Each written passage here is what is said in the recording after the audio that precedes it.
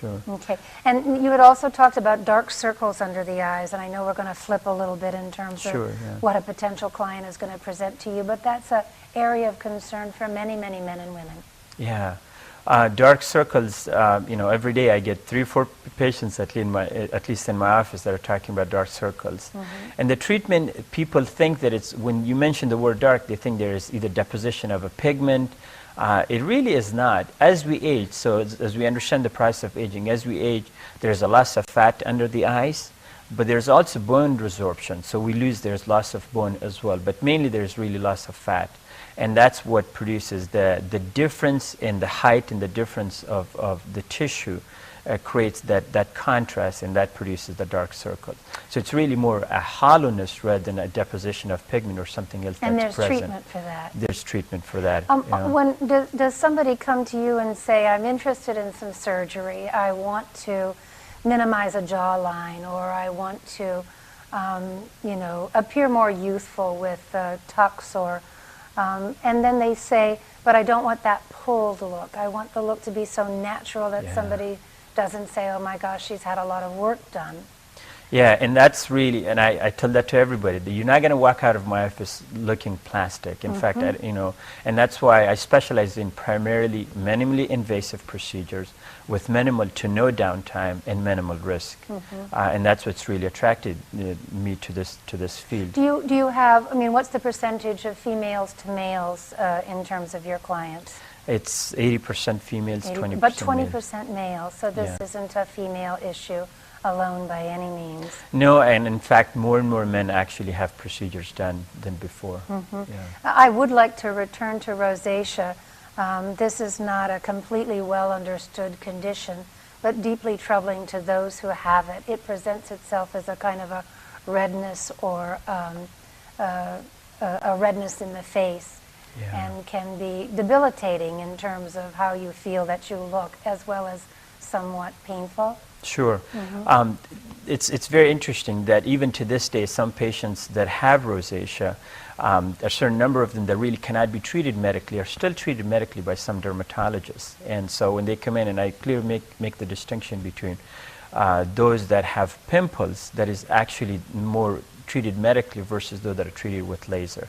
So I take care of both. And you also treat patients that have, as a result of procedures, have scarring, whether that would be from acne or stretch marks from pregnancy. Yeah, stretch marks especially, and a lot of women are affected by that. I think the technology that I'm using now is probably the most effective that I have ever used. And I tell people, this is not the best, because there isn't really one best, but what I've got is probably the best so far at this point. But also acne scars, and again, minimally invasive with minimal downtime, and I've been able to really make a great difference with lasers. Do you also have a skincare regimen that goes along with any of the surgical procedures that you do? Yeah, and almost every patient that comes in, the first thing I mention to them is that you need to be on a skincare regimen. And that's the Obagi skincare line is what I actually use. What's the name of the line? Obagi, it's O-B-A-G-I. There are going to be people who are asking if it's available on at the retail market level, or is this a special line that's carried? Some of it is available, but but the rest of it has to be obtained from a doctor's office. But I think the other thing that's important is people buy a lot of things over the counter, and if you go to every lady is. If you go through their purse, they've got all kinds of products and they've spent a lot of money. But really, I think it makes a difference to go to a dermatologist and have them look at that stuff. But also the other thing that makes us different than just buying in a retail store, we're more therapeutic. It's like we know where the problem is, we know exactly precisely how to treat it.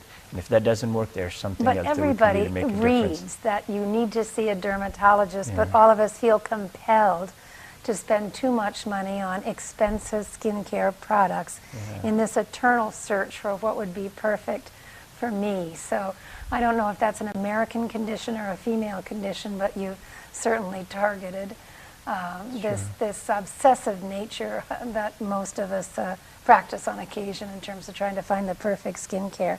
Let's talk a little bit about protecting your skin with sunscreen products. Yeah, it's really more than any time. I think melanoma is definitely on the rise, and so it's really important. And one of the sunscreens, and it's important to know that there's been really progress in sunscreen as well. And one of the sunscreens that I recommend is by Neutrogena. It's not as expensive as some of the other ones. And the technology to look for is, it's called heliotrope. Or helioplex, and so it's a technology where it's made of 3 different substances in the same sunscreens. So the recommendation is SPF with an SPF of 15 or higher. 15 or That's higher. what people need to go for. And Neutrogena is available on the market, on It's the open available market. on the market. Well, that's a yeah. good tip. I mean, to we hear sell from some you. in my office too, more expensive, but really, it's not. People don't necessarily need more expensive That'll do the sunscreens. trick. So when you look at your client population as it exists in your practice, and you practice in Reston, are there other offices available? No, it's just by Reston Hospital Okay. adjacent to that. Yeah. And the name of the practice is? Center for Cosmetic Dermatology. Okay, and they can Google Dr. Syed Amiry.com. Amiri and find you also A-M-I-R-I, and I know that that's appearing. A-M-I-R-Y. I-R-Y, and I know that's appearing on the screen now. Is there, you also talked about part of your practice is hair removal, and there are some new techniques on the market, not painful.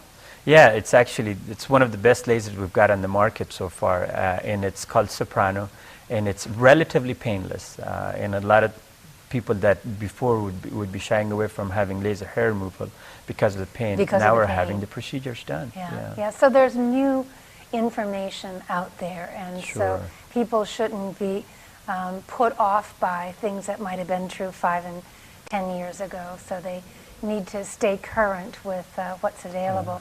Are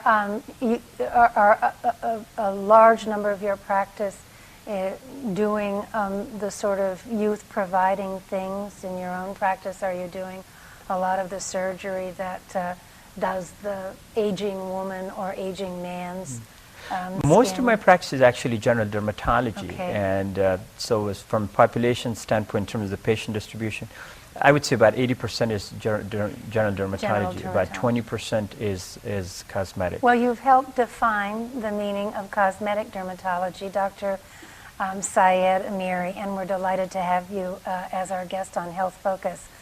We're getting a wrap-up signal, but congratulations on your practice, and thank you for sharing all of your information and tips with us on HealthFocus. Appreciate the opportunity. We're delighted that you joined us too for HealthFocus, brought to you by the Hospital Corporation of America.